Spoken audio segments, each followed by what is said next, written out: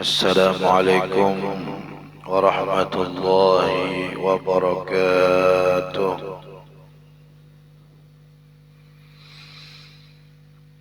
بسم الله الرحمن الرحيم.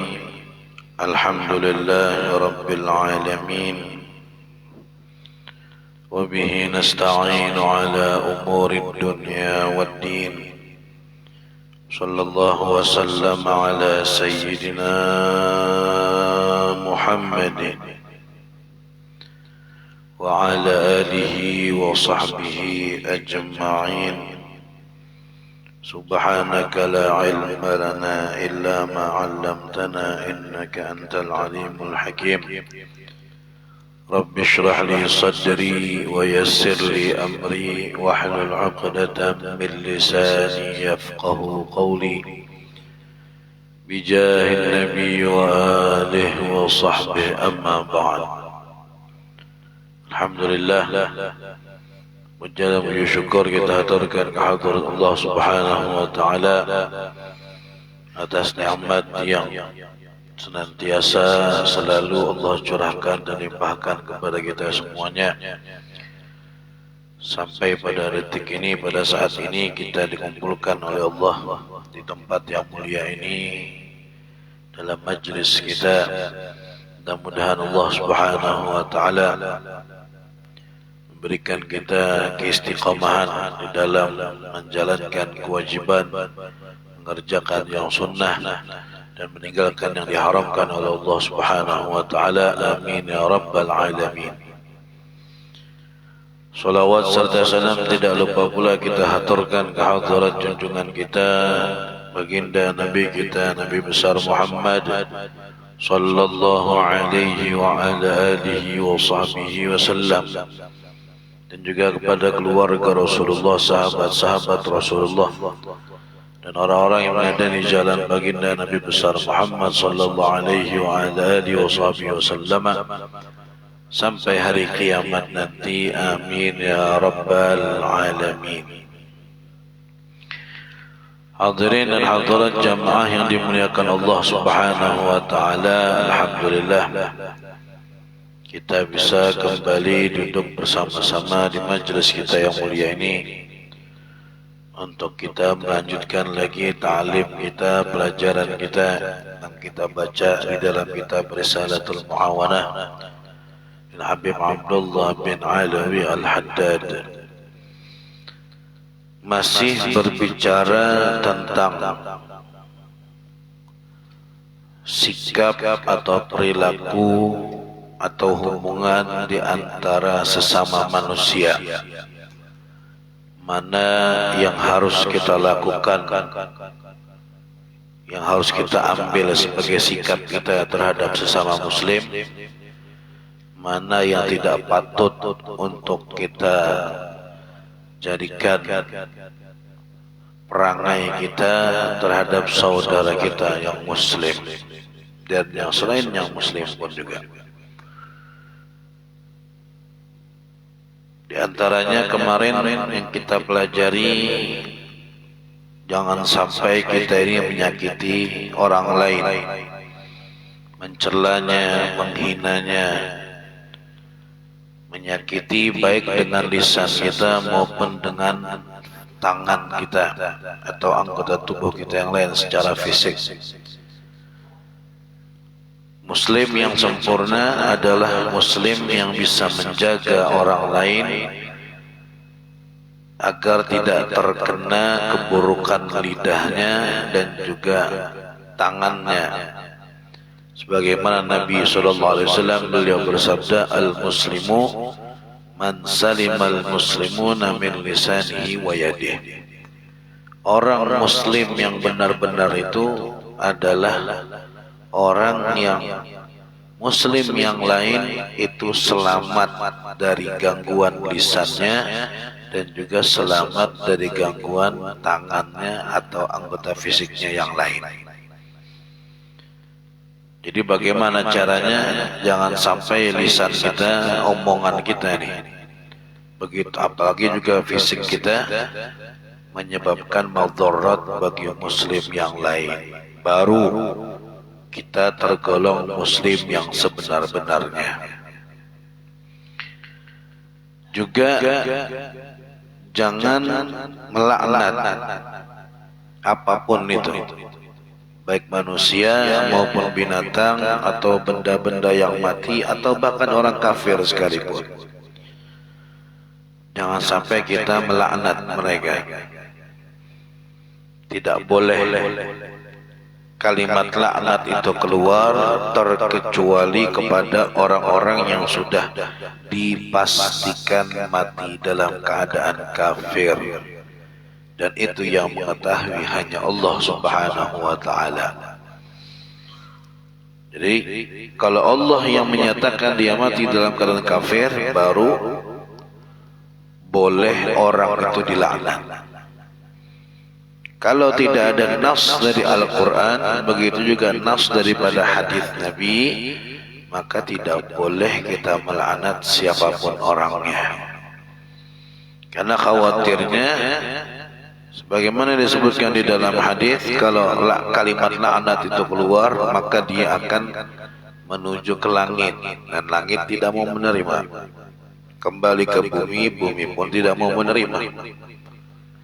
Sehingga akan kemana itu kalimat laknat tadi? Dia akan menuju orang yang dilaknat. Kalau memang orang yang dilaknat tadi itu memang orang yang berhak untuk dilaknat, maka akan sampai. Tapi kalau ternyata yang dilaknat ini bukan orang yang berhak untuk dilaknat, maka laknat ini kembali kepada siapa yang mengucapkan. A'udzubillah min dzalik. Jadi sama saja dia mendoakan dirinya sendiri, mudah-mudahan saya tidak dapat rahmatnya Allah, mudah-mudahan saya dapat laknat. Sama aja begitu. Sebab yang dia laknat itu bukan orang yang berhak dilaknat, jadi laknatnya kembali kepada dirinya. Jadi jangan mudah-mudah mengucapkan kalimat laknat. Merusak lisan kita, merusak jiwa kita, merusak keadaan hati kita. Itu diantara yang kita pelajari pada pertemuan yang sebelumnya. Kemudian qala musannif rahimahullahu ta'ala wa nafa'na bi bi'ulumi fid dharain amin. Wa 'alaika bit ta'lifi baina qulubil mu'minin. Dan harus bagimu bita'lifi, membuat senang, menimbulkan ulfah, rasa senang, baina qulubil mu'minin, di antara hati-hati orang yang beriman, wa tahbibi ba'dihim ila ba'din, dan menumbuhkan rasa cinta di dalam hati sebagian terhadap sebagian yang lain. Kita dituntut untuk mendamaikan orang. Kita dituntut untuk menumbuhkan rasa cinta di antara si A dengan si B. Namanya ta'lif. Juga disebut dengan tahbib, membuat orang senang, membuat si A dengan si B ini hubungannya selalu bagus, hubungannya selalu baik. Antara si A dengan si B, si A ini memandang B itu dengan pandangan hormat, si B juga sebaliknya. Nah, bagaimana caranya supaya itu terjadi? Bi'izharil mahasini, dengan cara menampakkan kebaikannya, wasatril qabaihi, dan menutupi keburukannya. Jadi kalau ada dua orang yang bagus, maka kita buat hubungannya semakin bagus. Dengan apa? Kalau bercerita misalnya kepada si A mengenai si B, maka ceritakanlah kebaikan-kebaikan si B ini. Jadi si A ini tambah, oh memang orang bagus tuh, memang orang baik. Begitu juga ketika kita ngobrol dengan si B, menceritakan tentang si A, juga tampakkan, ceritakanlah kebaikan-kebaikan si A. Wasatril qabaih, dan tutupilah keburukannya. Tutupilah keburukannya. Misal kita ngobrol dengan si A tentang si B. Oh, dia itu orangnya begini, Masya Allah. Baik ke orangnya itu. Jangan sampai berbicara tentang keburukannya. Dia itu orangnya. Misalnya orangnya itu kalau tidur mengorok misalnya. Tuh dia tuh kalau sudah urusan makan, wah rakus, tidak peduli dengan kawan dah. Kalau sudah lapar tuh yang pentingnya aja makan, yang lain. Nah itu keburukan. Akhirnya membuat si A itu ilfil dia. Kalau bahas, wah kok gitu malas dah, aku dah berkawan dengan dia. Akhirnya dia apa? Si A-nya sudah tidak beda, sudah pandangannya dengan si B.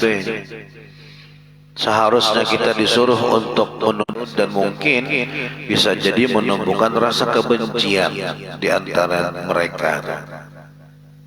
Jadi tidak boleh. Caranya tadi gimana? Menceritakan yang baik-baiknya dan menutupi yang buruk-buruknya. Terkecuali keburukan yang memang harus diceritakan. Dengan tujuan misalnya untuk kehati-hatian. Hati-hatilah. Dia tuh orangnya baik, bagus. Cuman kalau urusan misalnya minjam barang atau minjam uang misalnya, itu kadang anggap remeh. Ya. Jadi untuk berhati-hati saja daripada nanti hubungan selanjutnya rusak, jadi mending tidak usah diinjami kalau memang ini misalnya. Itu ada maslahatnya ya. Ada maslahatnya. Itu pun kalau bisa ketika kita menceritakan itu masih dibungkus dengan kalimat-kalimat yang bagus. Ada yang bujur-bujur memburuk-burukan sama sekali. Jadi sifatnya hanya supaya dia hati-hati saja, bukan membuat dia benci, bukan. Hati-hati aja, waspada saja. Bukan sampai orang tuh betul-betul benci sampai dendam, wah kayak itu mas saya ketemu lagi sama dia.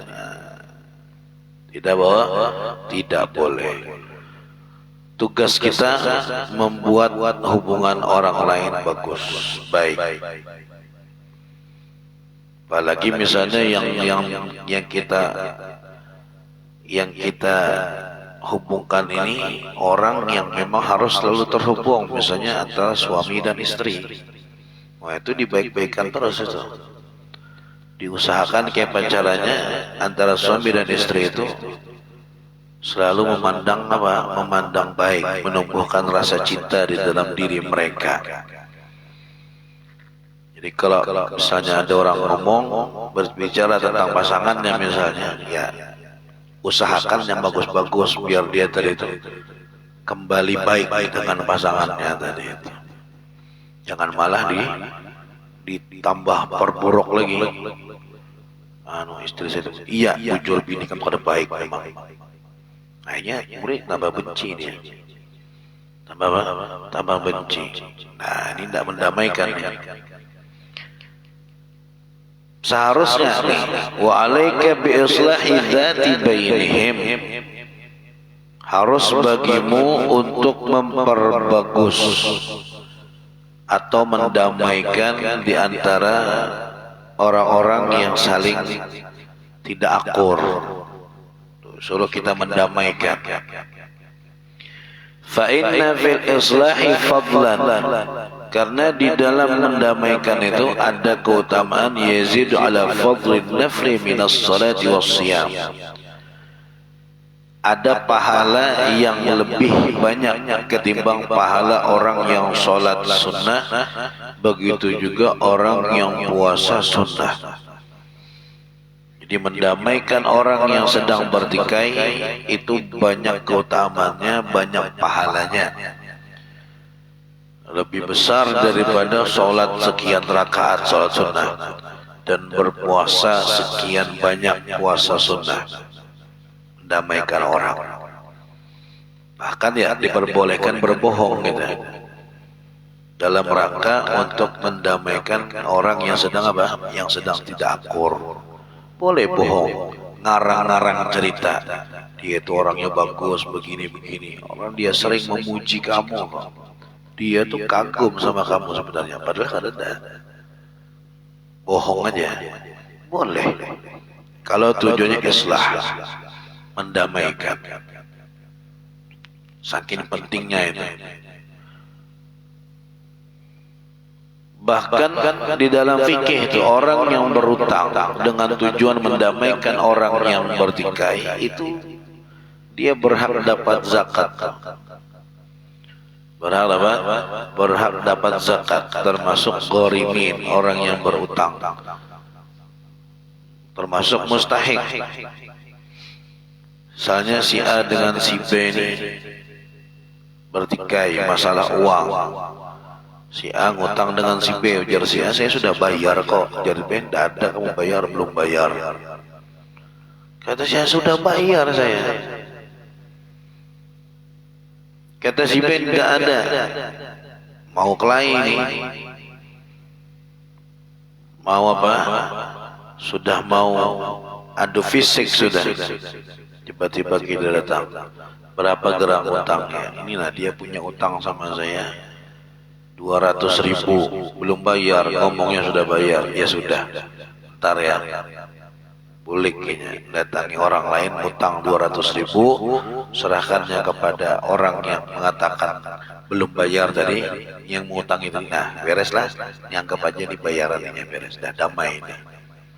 Berutang dia untuk itu, untuk mendamaikan orang yang bertikai, maka dia ini orang yang berutang tadi termasuk orang yang berhak menerima harta zakat, mustahik dia, karena dia berutang untuk mendamaikan orang.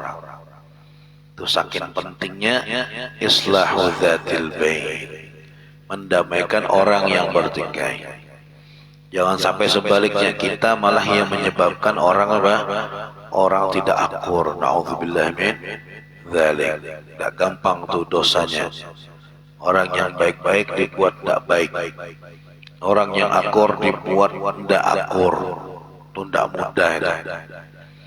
Dosanya sangat besar.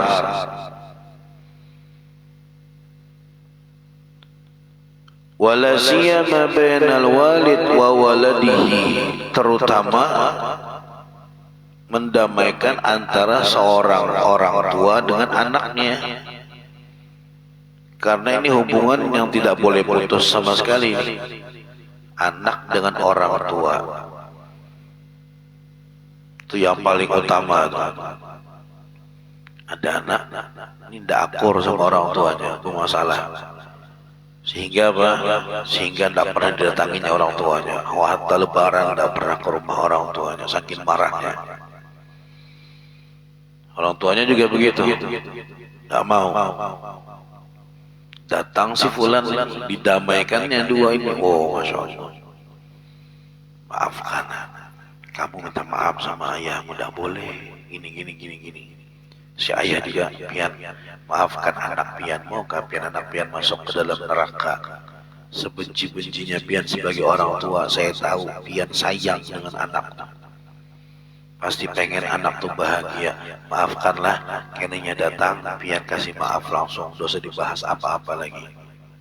Anaknya datang, damai, wah istimewa itu, luar biasa. Mendamaikan orang yang punya hubungan sangat dekat sekali, abah dengan anak. Biasanya kalau abah dengan anak nih kada akur itu kada lain bang, pasti urusan duitnya, kebanyakannya ternyata. Entah mungkin abahnya itu memberi anak yang lain banyak, sedangkan inya kalau tapi diberi banyak, misalnya bihiri. Bihiri, bisa anak dua, yang satu kamnaklah nih kubari rumah sewaan 20 pintu, misalnya. Wah. Kami yang sikung kubari rumah sewaan 2 pintu aja, sangkalnya 20 dengan 2 jauh jur tuh. Makanya hadis yang ada sudah berlalu kita baca dalam pengajian hadis kita. Ujar Nabi apa? Ittaqullah wa'dilu fi auladikum. Takutlah kalian kepada Allah dan adillah di antara anak-anak kalian. Kalau kada adil, itu yang menyebabkan anak berat mau berbakti dengan orang tua. Datang seseorang kepada Nabi SAW meminta Nabi menjadi saksi. Dia ingin menghadiahkan putranya seekor kambing. Pian jadi saksi ya Rasulullah, takutnya karena di sanaknya yang lain karena kada tahu. Nah, pian saksinya bahwasanya kambing ini memang ulun berikan sudah dengan anak ulun yang ini. Kata Nabi, semua anak mukah kamu beri seekor kambing? Enggak, ini aja seekor. Yang lain enggak, yang lain tidak. Ya sudah, kata Nabi, cari saksi yang lain, saya tidak mau. Perbuatanmu ini yang menyebabkan anakmu berat untuk berbakti kepadamu.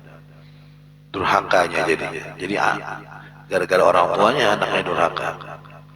Nah biasanya tuh kalau kedua bermasalah antara anak dengan abah tuh kada lain. Kebanyakannya urusan uang, urusan harta atau pekerjaan dan yang lainnya. Ada asa iri dengan saudara yang lain. Itu jangan sampai terjadi. Kalau terjadi, maka kesempatan kita untuk mendapatkan pahala yang besar, ayo didamaikan. Didamaikan. Wal qarib wa qarabatih, dan juga diantaranya yang utama adalah qarib wa qarabatih, orang yang punya, intinya dua orang yang punya hubungan kerabat lah, dekat, sepupu, ponakan dengan marinanya, dengan pamannya, dengan acilnya, dengan bibinya, yang ada hubungan kerabat itu, ketika bertikai maka damaikanlah sesegera mungkin, walaupun harus bohong, walaupun harus berhutang dan segala macam tadi itu usahanya. Islahu dzatil bain namanya. Qala Allah Ta'ala, Allah berfirman, innamal mu'minuna ikhwatun fa aslihu baina akhawaykum. Orang beriman itu hanya saja mereka adalah bersaudara, ikhwatun. Fa aslihu, maka perbaikilah kalian, baina akhawaykum, di antara saudara-saudara kalian. Wa iyyaka wa ifsada dzatil bain, dan hati-hati kamu merusak hubungan dua orang. Bin namimah, dengan adu domba, wal ghibati, dan dengan menggibah, wa nahwihima, dan yang semisalnya. Hati-hati. Seharusnya mendamaikan, malah mengolah kelahi, diadu domba malah. Ini banyak terjadi di masa kita sekarang, di media-media sosial. Berapa banyak kalimat-kalimat dengan tulisan atau dengan potongan-potongan video ditampilkan dengan tujuan membuat orang ini bertikai satu dengan yang lain, tidak akur, saling caci, saling menghina, bahkan akhirnya saling memfitnah antara ini dengan yang ini, gara-gara satu omongan. Banyak sekali sekarang, ya, sangat banyak. Padahal yang ditontonnya itu atau yang dibacanya itu belum tentu benar. Yang jahatnya sekarang ini, orang tuh ngomongnya bujur aja, cuman dibuat dengan berbagai macam cara, dipotong videonya tuh pas di bagian yang apa, di bagian yang seakan-akan menghina orang lain, padahal enggak.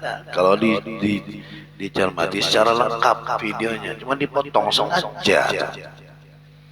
untuk menimbulkan perpecahan, untuk menimbulkan apa?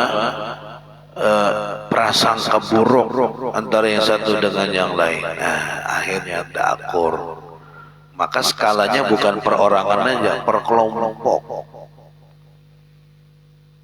Kelompok ini dengan kelompok ini, majelis ini dengan majelis ini, komunitas ini dengan komunitas ini, organisasi ini dengan organisasi ini. Gara-gara sepotongan video tadi yang dibuat tadi, belum tentu benar juga itu sebenarnya, si Din Bebender itu dipotong-potong, akhirnya orang pun bertikai. Nauzubillah min dzalik. Ngeri. Kata Nabi dalam hadis, la yadkhul jannah an-namam, tidak akan masuk surga an-namam, orang yang mengadu domba banyaknya sekarang. Maka kita hati-hati bujur, kita dapat video atau kita dapat tulisan-tulisan, timbang-timbang betul. Kalau saya share ulang ini, saya teruskan ke grup yang lain misalnya, ini pertama betul apa enggak dulu begitu. Yang cerdas jadi orang, diteliti cari tahu dulu, oh betul ini, ternyata benar. Terus kalau memang benar, kira-kira kalau saya sebarkan lagi, ini menimbulkan manfaat kah atau madarat? Kalau manfaat, baru kita teruskan. Kalau ternyata ada manfaatnya, ada madaratnya, dilihat yang mana yang lebih banyak manfaatnya apa madaratnya? Oh banyak manfaatnya, baru. Oh banyak madaratnya, apalagi isinya madarat semuanya, jangan kena kita. 100-200 orang yang terhasut dengan itu, itu dosanya kena semua. Nauzubillah min dzalik. Hati-hati ya. Zaman sekarang paling sering dah terjerumus dengan yang adu domba ini. Adu domba. Dapat potongan video, wah gini. Lihat, inilah misalnya kekejaman orang ini dengan orang ini. Langsung share. Sekalinya videonya pelem, potongan film, kada bujur. Itu sering kali terjadi. Kadang keterangannya salah, cuman kada meneliti. Akhirnya langsung main aja. Nih kemarin ada video anak-anak itu, banyak anak-anak memukuli kawannya, bawahnya. Wah ini mohon maaf lah, ada bahasanya bejat sekali, begini. Ayo diusut pesantren mana ini. Rusak karena pesantren. Nama pesantren rusak. Wah akhirnya orang kini ke di pesantren itu. Wah kalau gitu saya dosa dah masukkan anak di pesantren, apa dipukuli gini. Videonya banyak. Kemudian itu tadi bahasanya, ayo segera dicari pesantren mana nih, tutup aja pesantrennya, begini. Ada komentar di grupnya, ulun ada di situ di grup itu komentar. Wah iya ini memang begini, maunya mendukung itu.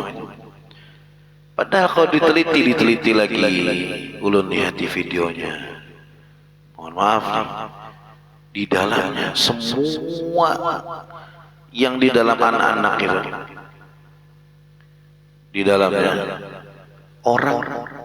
orang non muslim semua, muhanya kelihatan, ada ciri khasnya. Jarulun kalau seikong aja yang muhanya gini, mungkin pesantren. Ini semuanya berarti lain di Indonesia ini. Bukan. Dan mereka ini negara-negara non muslim, kada mungkin pesantren dari situ. Jalur kada salah kayak ini bukan pesantren. Lihat wajah-wajahnya semua bukan wajah-wajah orang Indonesia. Wajah-wajah orang dari negara lain dan itu negara bukan negara Muslim.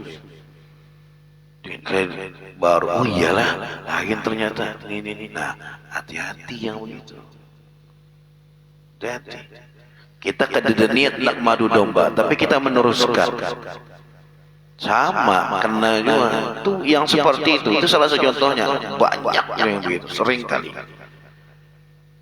khususnya mohon maaf lah orang-orang yang agak tua gitu, orang tua mengikuti HP, kadang-kadangnya kada meneliti, lihat aja kirim langsung kirim. Kalau anak muda mungkin masih ini lain nih, ini bohong, masih nimbang. Kita tidak ada niat ngadu domba, kita ingin niat kita baiklah, meneruskan kabar yang kita anggap penting, tapi kita kada teliti dulu, kada melihat dulu. Akhirnya karena isinya adu domba, kita ikut menyebarkan, dosanya kena juga. Na'udzubillah min dzalik. Ini kalau tersebar kemana-mana, orang semua percaya dengan tulisannya, kada meneliti lagi di dalam videonya. Berapa pesantren yang bakal rusak gara-gara itu? Berapa orang yang kada mau memasukkan anaknya ke pesantren gara-gara itu, padahal itu bohong. Padahal bohong. Na'udzubillah min dzalik. Makanya nih omongan nih susah. Janganlah kamu menggunakan lisanmu, kata Imam Ghazali, kecuali menggunakannya dengan kalimat yang kamu akan senang melihat hasilnya nanti di akhirat. Jangan berucap sesuatu atau menulis sesuatu yang kamu bakal menyesal nanti ketika melihat hasilnya ada di akhirat. Karena omongan apalagi sekarang cepat betul. Jadi ketika kita sudah telanjur itu, kemudian kita sadar itu salah, mau mengembalikannya susah.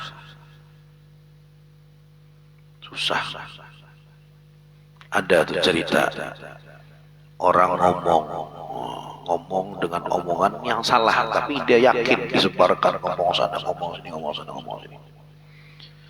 Sudah pada ujungnya baru dia sadar ternyata yang diomongan tuh salah.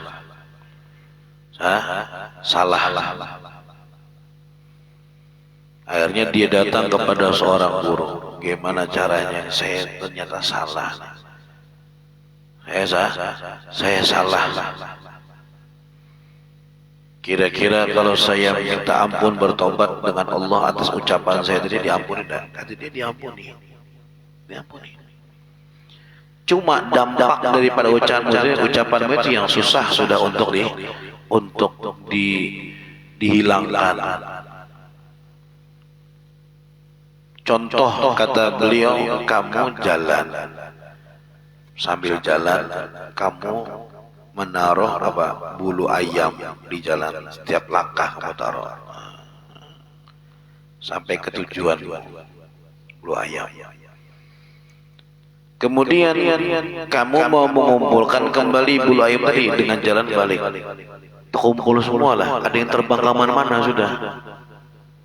sudah ada ya, terbang kemana-mana, dan itu kamu tidak bisa lagi dah, kamu cari itu tidak ketemu lagi. Nah, begitu gambarannya. Jadi dipikir-pikir betul sebelum keluar, dipikir-pikir sekali, karena omongan kita apalagi zaman sekarang di mana-mana langsung menyebar cepat, tuh untuk mengembalikannya susah. Berat. Jadi orang yang dirugikan di dalam omongannya misalnya, sudah dia kena dampaknya terus. Na'udzubillah min dzalik. Jadi ya, harus betul-betul cerdas, bijak gitu di dalam hal-hal yang demikian. Takutnya malah jatuhnya adu domba. Mimma yujibut tanafur wat tadabur. Hati-hati merusak hubungan orang, baik itu dengan adu domba, dengan ghibah atau yang semisalnya, yang bisa membuat membuat orang lain itu tidak akur dan saling bermusuhan.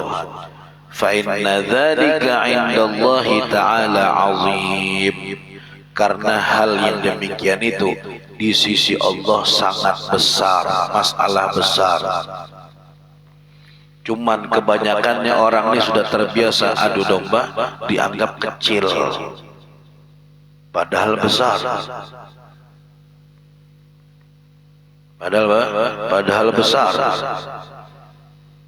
Makanya ketika Nabi SAW beliau melewati dua buah kuburan, dua kuburan. Kemudian Nabi mengambil pelepah kurma, ditanam oleh Nabi di atas dua kuburan tadi. Ditanya oleh sahabat, kenapa ya Rasulullah? Fa innahuma yu'adzaban. Dua kubur ini orangnya diazab sama Allah. Kemudian Nabi mengatakan, wa ma yu'adzabani bikabirin. Tidaklah mereka diazab dengan sesuatu yang besar menurut mereka. Menurut mereka remeh, padahal besar menurut Allah perkara ini. Tapi jar Nabi, menurut keyakinan mereka yang melakukan yang sehingga diazab ini, itu hal sepele, padahal bukan sepele. Apa? Ahaduhuma yamshi bin namimah. Salah satunya orang yang senang adu domba. Tuh. Dianggapnya remehnya, kayak receh aja. Padahal di sisi Allah besar, dampaknya sangat besar. Ahaduhuma yamshi bin namimah, wathani la yastabri'u anil baul, kama qala. Dan yang satunya orang yang tidak beres di dalam masalah buang air kecilnya, sehingga dua-duanya diazab. Ini dua perkara yang sangat besar, namun dianggap remeh oleh mereka berdua ini. Besar tuh ya, besar adu domba. Hancur orang kalau sudah adu domba itu hancur, ngeri. Ngeri. Diceritakan tuh.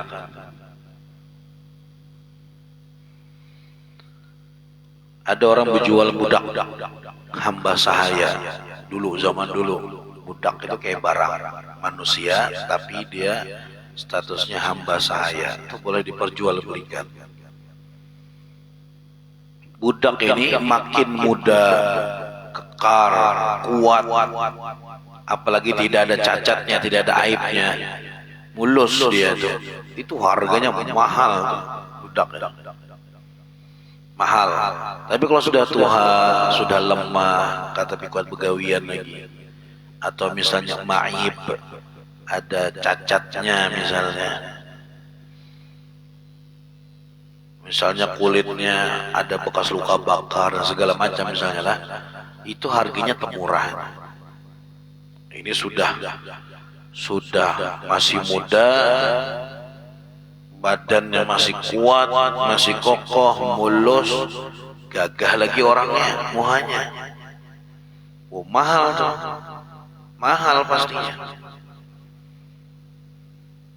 Ada orang berjual budak, gagah, wajahnya, tubuhnya kuat, masih muda, tapi dijual murah. Dijual murah, seharusnya mahal nih, tapi kok murah orang tuh berjual. Bingung lah orang lewat, berapa itu? Sekian. Murahnya Bang. Kok murah betul? Kan masih muda, iya betul. Kenapa dijual murah?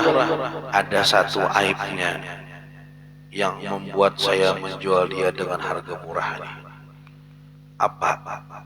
Ini budak pintar ngadu domba. Tuh, makanya saya jual murah. Dalam hati orang yang melihatnya, ya tidak apa-apa sih, kan ini kita beli cuma buat ngangkut-ngangkut aja, buat bekerja aja, fisiknya yang kita perlukan. Itunya sih tidak masalah, dianggapnya remeh. Yang penting saya beli aja nih, murah, untung saya dibeli sama dia. Kalau sudah dibilang sama yang jual, dia punya penyakit satu aib apa? Senang ngadu domba. Cuman dia berpikir tidak ada hubungannya, tidak apa-apa. Yang kan kita perlu tenaganya buat ngangkat ini, ngangkat itu, kerja ini dan segala macam. Dibeli sama dia. Coba dibeli. Sehari, 2 hari, 3 hari, 4 hari. Mulai apa? Kebiasaannya muncul si budak nih. Mulai muncul. Ngomong dia sama tuannya laki-laki. Bini pian itu kayaknya ada senang dengan laki-laki lain. Ada senang dengan laki-laki lain. Pian tuh mau dibunuh sama bini pian. Wah, yang benar kamu. Betul, mau dibunuh pian. Hati-hati kamu kalau ngomong. Buktikan kalau pian kada percaya. Kayak apa cara buktikannya? Nanti malam pian di kamar pura-pura tidur. Nanti pian akan lihat istri pian bawa gunting.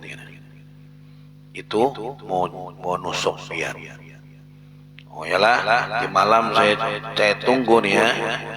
Saya pura-pura tidur, saya buktikan omongan.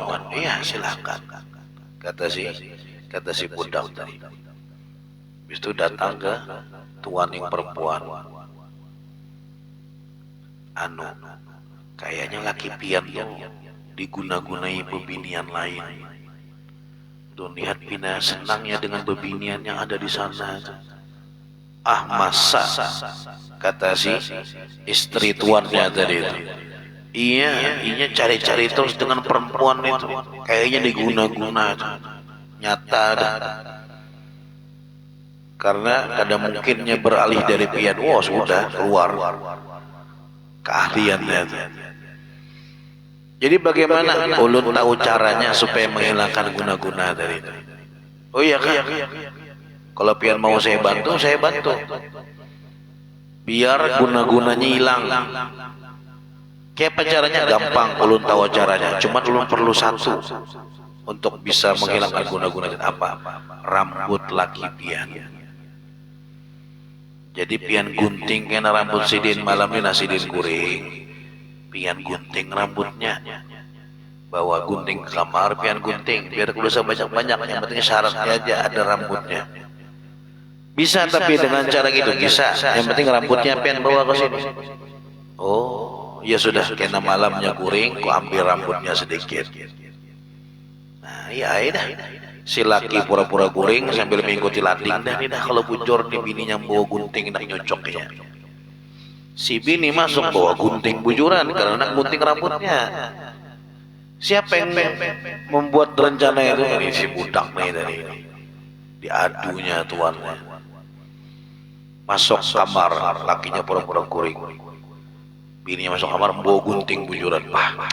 Bujur jar budak tadi, bunuhnya bujur aku nih.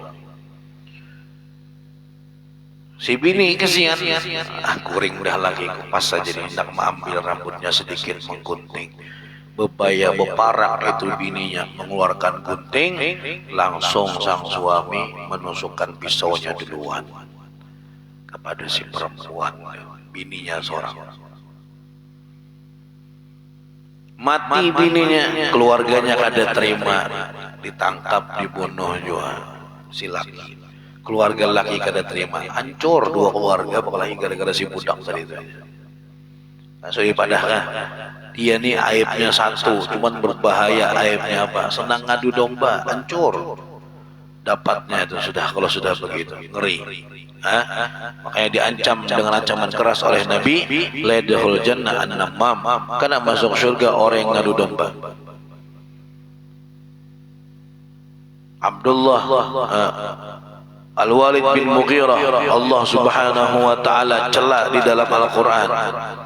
Kata Ibn Abbas, tidak pernah saya melihat Allah mencela seseorang dengan celaan selengkap Allah mencela Al-Walid bin Mughirah. Apa ujar Allah di dalam Al-Quran? Wala tuti' kulla hammazim wala tuti' kulla hammazim masya'im bin namim. Dia adalah orang yang hammaz, ujar Tuhan.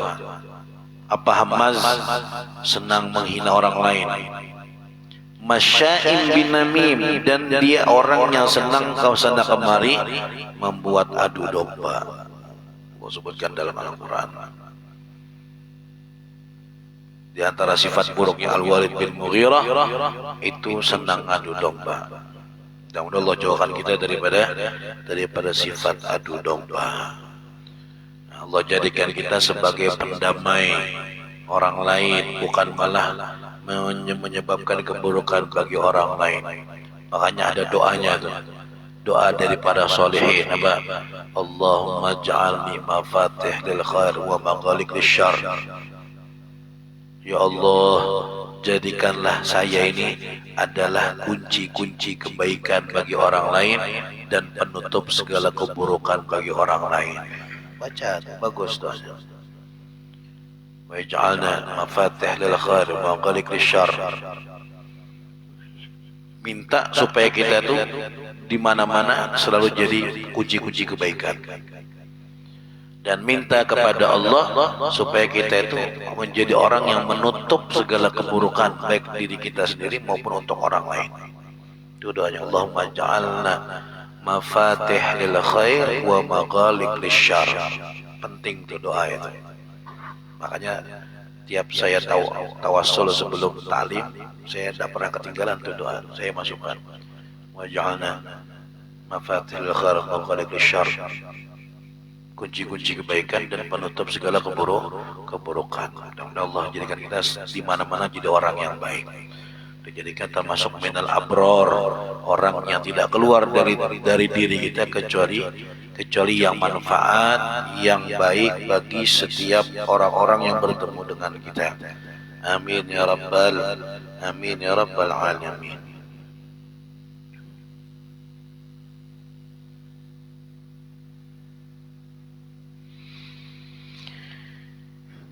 Al-Fatihah untuk kesembuhan Hajjah Isnani binti Haji Muhammad Subli, istri daripada Haji Wawan. Allah yashfi mardana wa yu'afi mubtalana wa yarhamna yamun 'alaina bisyifa'il 'ajil wal lutfi syamil lana wa ila hadratin Nabi Muhammad sallallahu alaihi wasallam. Al-Fatihah.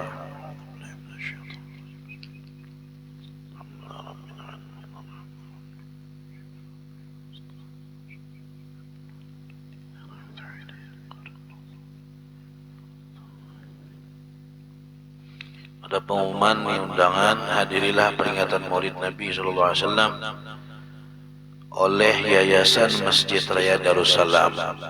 Yayasan Masjid Raya Darussalam hari Senin tanggal 14 Oktober, Senin besok ini tanggal 14 Oktober jam 8 pagi. Jam 8 pagi yang akan mengisi penceramahnya yang pertama Habib Muhammad bin Muhdar Al-Attas, kemudian Tuan Guru Ki Haji Muhammad Ansori, Guru Ansori ini Pondok Al-Husna, kemudian Tuan Guru Haji Muhammad Abror. Jadi penceramahnya ada 3 nih, entah ceramah semuanya atau satu doa, satunya ceramah, atau kadang-kadang bisa gitu ya, atau penceramah semuanya hari Senin tanggal 14 Oktober jam 8 pagi. Tempatnya di Madrasah Darussalam. Jadi yang di sana, bukan di Masjid Darussalam, bukan. Yayasannya Madrasah Darussalam yang di sana. Sampingnya Grand Taman Sari itu yang bangunan besar itu.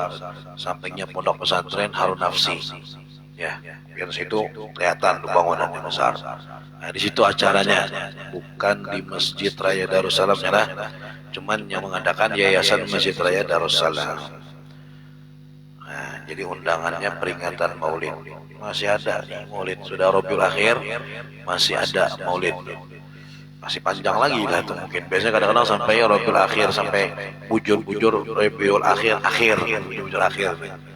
Masih ada perayaan Maulid. Artinya kaum muslimin ini tidak ada habis-habisnya hendak memuji Nabi Muhammad sallallahu alaihi wasallam. Mudah-mudahan setiap Maulid yang kita hadiri memberikan dampak positif di dalam diri kita, menambah kecintaan kita, menambah ta'alluq kita dan mahabbah kita kepada Nabi besar Muhammad sallallahu alaihi wasallam, dan kita berhak dikumpulkan bersama beliau di dunia, di barzakh, di mahsyar, di akhirat, di dalam syurganya Allah Subhanahu wa taala.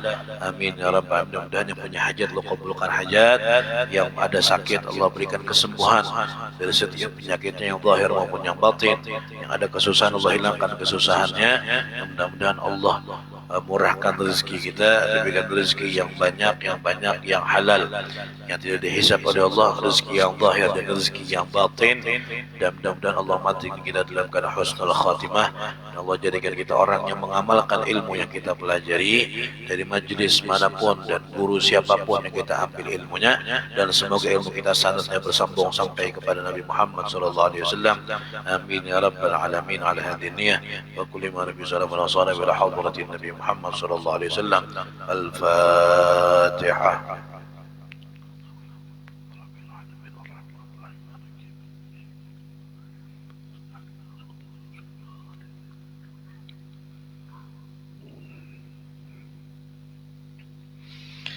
Amin. Bismillahirrahmanirrahim. Rabbil alamin wassalatu wassalamu ala asyrafil anbiya'i wal mursalin sayyidina maulana Muhammadin wa ala alihi wa sahbihi ajma'in.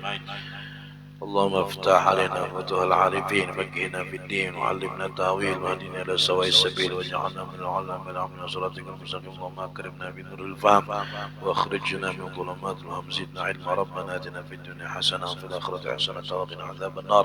صلى الله على سيدنا محمد وعلى اله وصحبه وسلم. بفضل سبحان ربك رب العزه عما يصفون، سلام على المرسلين والحمد لله رب العالمين.